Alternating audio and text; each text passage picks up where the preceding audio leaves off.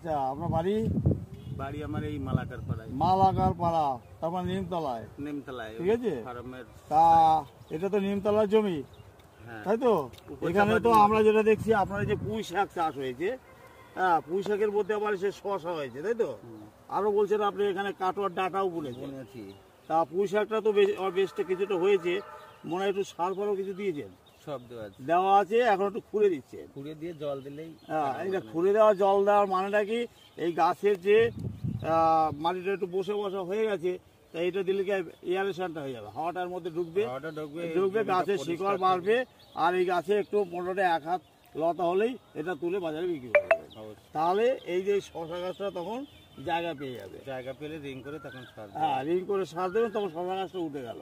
এর মধ্যে আবার কাটোয়া ডাটা দিয়েছেন, এই যে দুটো গাছে, এই যে এইখানে কাটোয়া ডাটাটা এই কারণে দিয়েছি, মানে আমাদের সামনে কালবৈশাখী ঝড় আসছে। হ্যাঁ, শসা গাছটা যদি ঝড় বাতাসে আপনার নষ্ট হয়ে যায়, না, ঝড় বাতাসে যদি জড়ো করে ফেলে হয়, হ্যাঁ, তাহলে শসা গাছের কোনো দাম নেই। এই জন্য দুটো একটা যদি ডাটা থাকে, হ্যাঁ, তাহলে সে কন্ট্রোল করবে যে মানে গাছটাকে। ও আচ্ছা আচ্ছা আচ্ছা, মানে এই যে শশা গাছটা লাগিয়েছেন, কাটোয়ার ডাটাটা যদি থাকে সেটা তো লম্বা হবে, সেটা ঝড়ে পড়বে না, ওর উপর হাওয়াটা বয়ে যাবে, গাছটা মাটিতেই থাকবে, গাছটা জড়ো হবে না, গাছটা হয় জড়ো করবে না, মানে আমার ওই ডাটাটা যেহেতু দাঁড়িয়ে থাকবে। এটা আমার আর কি, ওটা আপনার এই চাষবাস করে একটা অভিজ্ঞতা, আমার অভিজ্ঞতা। বাহ বাহ বাহ, খুব সুন্দর একটা জিনিস। মানে এই যে এখানে তো আপনার 10 দিনের মধ্যে আপনার পুঁই শাকটা উঠে গেল, তার মধ্যে কাটোয়ার ডাটাটা হলো এইখানে।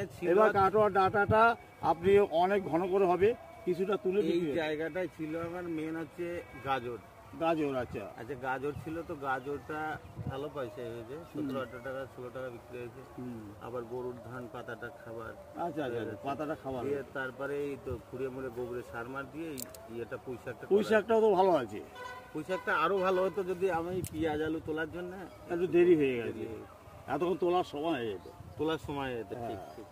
এখন এটা একটু সার ফার দিয়েছেন, কুপি দিচ্ছেন, একটু জল দিলে গাছটা এইটা এই যে ডগাটা অন্তত 1 হাত হলেই। এর আজকেই আমি সকালেই ওষুধ স্প্রে করেছি। হ্যাঁ, আবার মানে 5 রকমের ওষুধ। এই তো এই যে একটা রোগ আছে, এই যে দেখছেন তো পাতাগুলো যে টিপ টিপ দাগ, এই দাগটা যে হয়ে গেছে না, এখন যে ওষুধটা স্প্রে করলাম, এখন আর ওই যা হয়ে গেছে আর হবে না, আর নতুন করে হবে না। কি ওষুধ দিলেন?